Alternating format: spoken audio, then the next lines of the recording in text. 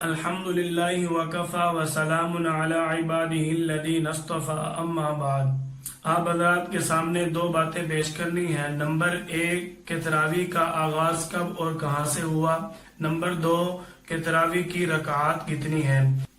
سنن نسائی اور سنن ابن ماجہ کے اندر آپ صلی اللہ علیہ وسلم نے فرمایا، یقیناً اللہ تعالی نے تم پر رمضان کے روزے فرض کیے اور میں نے تم پر اس کے قیام کو یعنی نماز تراویح کو سنت قرار دیا ہے۔ ابو ہریرہ رضی اللہ تعالیٰ عنہ راوی ہیں، مسلم شریف، بخاری شریف، مشکوٰۃ شریف کے اندر یہ روایت موجود ہے۔ رسول اللہ صلی اللہ علیہ وسلم نے فرمایا کہ جو شخص رمضان المبارک کے مہینہ میں قیام کا یعنی نماز تراویح کا اہتمام کرتا ہے، اللہ جل جلالہ اس کے پچھلے سارے گناہ اس کو معاف فرما دیتے ہیں۔ مسلم شریف کے اندر حضرت ابو ہریرہ رضی اللہ تعالیٰ عنہ سے مرفوع روایت موجود ہے کہ آپ صلی اللہ علیہ وسلم ہمیں رمضان المبارک کے اندر نماز تراویح کی ترغیب دیا کرتے ہیں۔ صلی اللہ علیہ وسلم نے تراویح کا آغاز کب کیا؟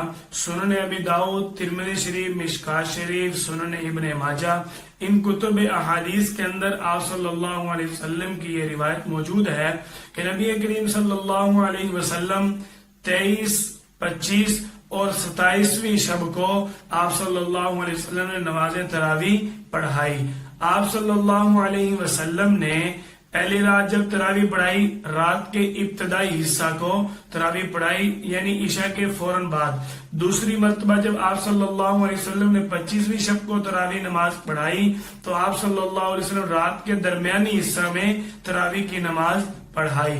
پھر آپ صلی اللہ علیہ وسلم نے جب تیسری مرتبہ 27ویں شب کو نماز تراویح کی جماعت کروائی تو نبی کریم صلی اللہ علیہ وسلم نے صبح صادق کے قریب جماعت کروائی۔ حضرت صلی اللہ علیہ وسلم ماہ رمضان کے اندر بستر سے بالکل الگ ہو جاتے تھے۔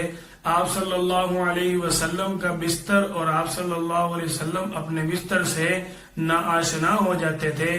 نبی کریم صلی اللہ علیہ وسلم رمضان مبارک کے مہینہ میں ساری رات عبادت کے اندر گزارا کرتے تھے۔ ہمیں بھی چاہیے کہ قیام رمضان نماز تراویح کا مکمل اہتمام کریں۔ عائشہ رضی اللہ تعالیٰ عنہ فرماتی ہیں کہ جب نبی کریم صلی اللہ علیہ وسلم نے 3 راتوں میں نماز تراویح پڑھائی، آخر میں نبی کریم صلی اللہ علیہ وسلم نے فرمایا، مسلم شریف اور بخاری شریف کے اندر موجود ہے کہ مجھے ڈر ہے کہ تم پر یہ نماز تراویح فرض نہ کر دی جائے، کہیں تم اس نماز سے پھر بعد میں عاجز نہ آ جاؤ۔ نبی کریم صلی اللہ علیہ وسلم کے عہد مبارک کے اندر نزول وحی کا سلسلہ جاری تھا، اس لیے آپ صلی اللہ علیہ وسلم نے نماز تراویح کی پابندی نہیں فرمائی، کہیں میری امت کے اوپر فرض نہ ہو جائے، کہیں اللہ کی طرف سے وحی نازل نہ ہو جائے۔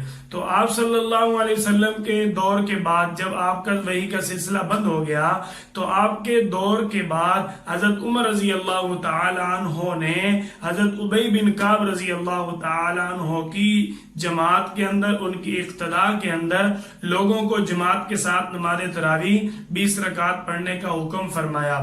دوسری بات، ہماری تراویح کی رکعت کی تعداد کتنی ہے، اس کے بارے میں مصنف ابن ابی شیبہ جلد نمبر 2 صفحہ 286 میں موجود ہے کہ حضرت عبداللہ بن عباس رضی اللہ تعالیٰ عنہما فرماتے ہیں کہ نبی کریم صلی اللہ علیہ وسلم رمضان مبارک میں 20 رکعت تراویح اور وتر پڑھا کرتے تھے۔ تراویح کی تعداد کے بارے میں دوسری حدیث مبارکہ سنن ابی داؤد جلد نمبر 1 صفحہ 211 پر موجود ہے۔ حضرت عمر رضی اللہ تعالیٰ عنہ نے حضرت ابی بن کعب رضی اللہ تعالیٰ عنہ کو صحابہ کرام کے ساتھ 20 رکعت جماعت میں تراویح پڑھنے کا حکم فرمایا۔ شریعت مطہرہ کے اندر صحابہ کرام کے عمل کو حجت ماننا، یہ قرآن پاک کے اندر اللہ جل جلالہ نے ہمیں حکم دیا ہے۔ سورۃ التوبہ کے اندر اللہ جل جلالہ نے فرمایا، والذین اتبعوہم بإحسان رضی اللہ عنہم ورضوا عنہ، کہ تم وہ لوگ جو ان کی اتباع کرتے ہیں، جو صحابہ کرام کی اتباع کرتے ہیں اچھے انداز کے ساتھ، ان لوگوں سے اللہ راضی ہو گیا اور وہ اللہ سے راضی ہو گئے۔